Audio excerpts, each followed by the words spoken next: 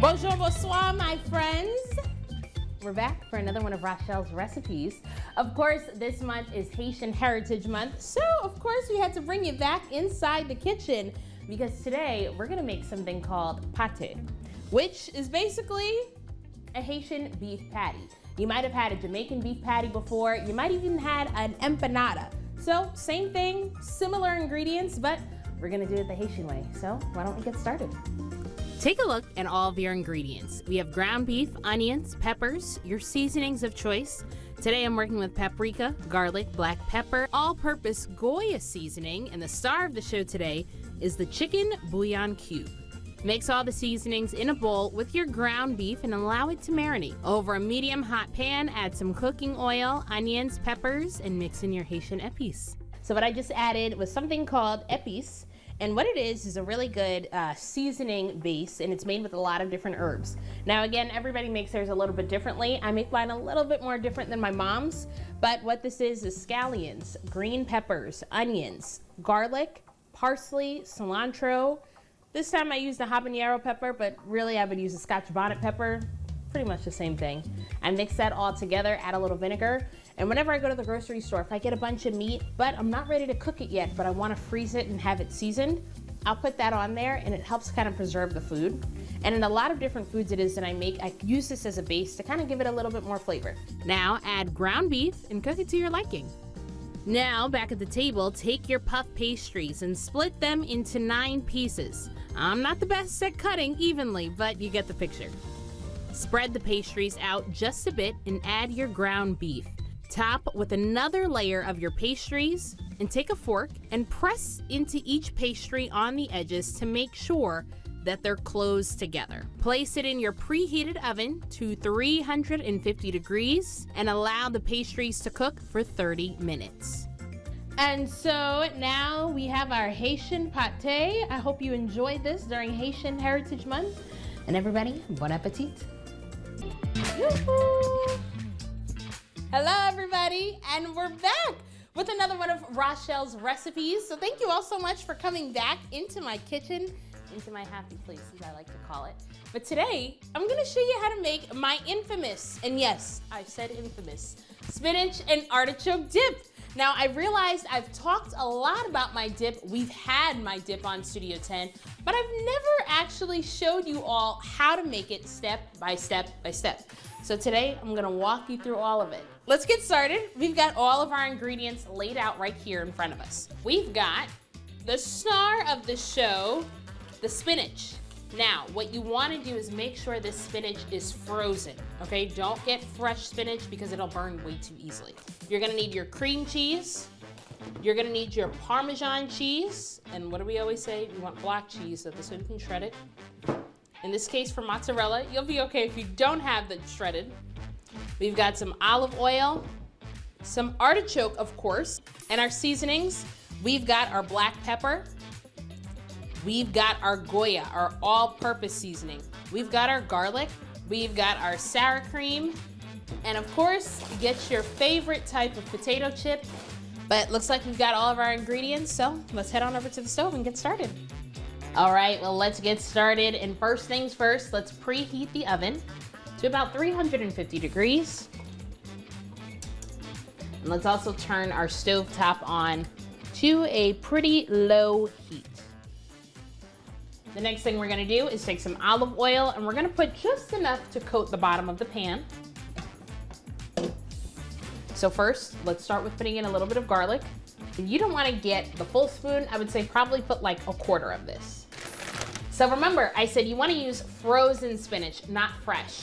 If you end up using fresh spinach, what'll happen is that if you put the spinach in first, it'll start to burn, and then by the time you're done with your mixture, it's not gonna taste as great because the spinach would have been burned because it's on the fire for so long. But if you're using frozen spinach, it's defrosting while it's cooking all at the same time. So let's pour the whole bag in, and as that's defrosting, we're gonna take our artichokes and we're gonna start slicing them up so that this way they can be a little bit more dicey rather than whole pieces that we're eating in our mouth. The next thing we want to do is melt the cream cheese in here. So I'm going to try my best to break it up just a little bit, just to help it melt out a little bit more. Now, next thing we want to do is dump in our artichokes.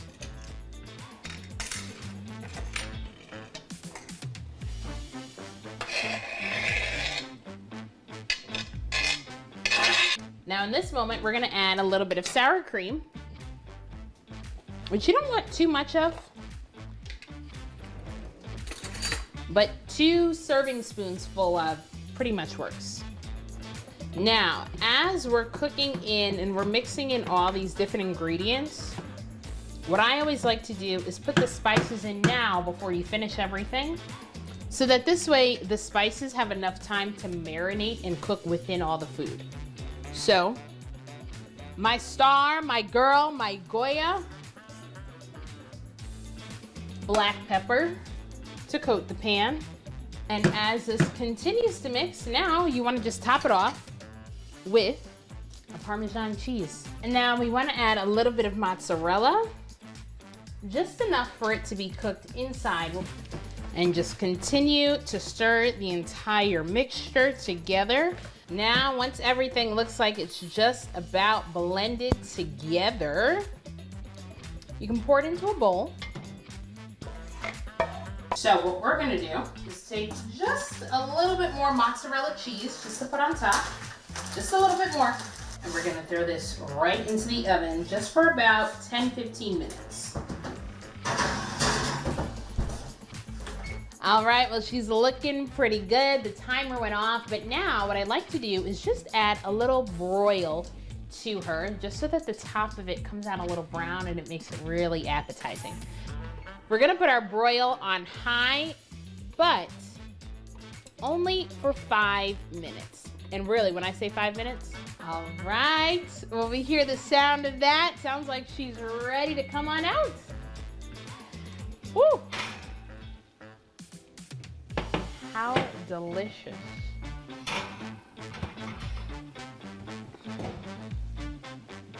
All right, well, we've made it to the table. We've got a nice side dish of some tortilla lime chips, but you can use carrots, cucumbers, tomatoes, whatever it is that you like.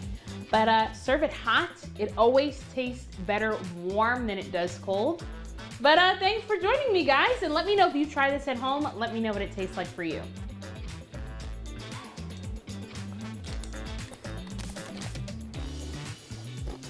It's good, really good.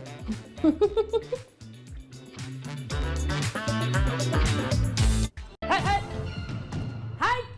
Hey, Studio 10, we are back in my kitchen for another one of Rachelle's recipes. But for this one in specific, you're gonna need an appetite as big as a lion. Tonight, we're cheering on our boys in the Honolulu Blue ahead of their big game. But of course, we want to make sure we're fueled all the way from the first quarter until the last. So, allow me to help you out. We've got a delicious pigs in a blanket recipe today, and I'll walk you through step by step, play by play, exactly how to make it and ensure that your guests will absolutely love it. So, get into position, grab your aprons, and team, let's play. Today we're making 2 types of crescent rolls. The first will be wrapped in Pillsbury dough, so roll open the dough and slice each piece in half. Place a mini sausage in it and wrap it up tightly, and repeat for however many you're making for your party. Glaze it with egg wash and melted butter, and add your seasonings on top. Today we're going with chives and Italian seasonings, but I encourage you to use everything: bagel seasonings, Parmesan seasonings, whatever your taste buds like. Now we'll repeat this step again, but this time with a slice of bacon. Open a package of bacon and slice it in half or in thirds. Wrap a sausage inside as tightly as you can, but you may need more patience and care for the bacon wrapped sausages. Top it off with some brown sugar for some sweetness. Preheat your oven to 375 degrees and preheat your air fryer to 400. Place the bacon wrapped sausages in the oven for 45 minutes to give them a brown and crispy look. Place the Pillsbury wrapped sausages in the air fryer for 10 minutes and then flip them over and let them bake for another 10 minutes. After both sausages have been finished in the oven and air fryer, stick a toothpick in each and decorate them on your charcuterie board. Don't forget to add a little bowl of your favorite dipping sauce and serve them for your guests to enjoy. Bon appetit, everybody. And of course, let's go Lions.